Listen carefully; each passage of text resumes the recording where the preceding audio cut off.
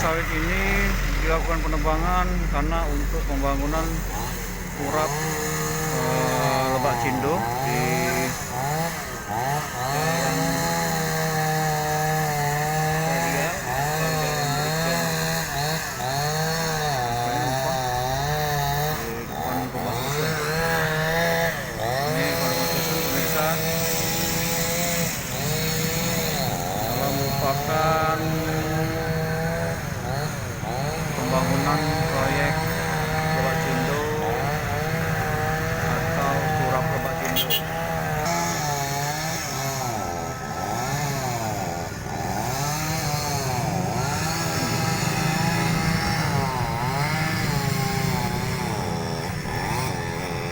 Pembangunan turap ini sudah dilakukan sejak beberapa bulan lalu dan ini pelaksanaannya sudah hampir mendekati jembatan yang mengarah ke jalan rumah susun. Rumah susun, kita lihat di sana arah sana.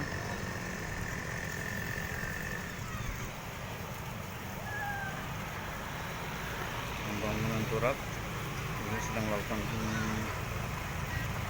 penghancuran terdahulu yang tiang dindingnya untuk dilakukan pengecoran kembali.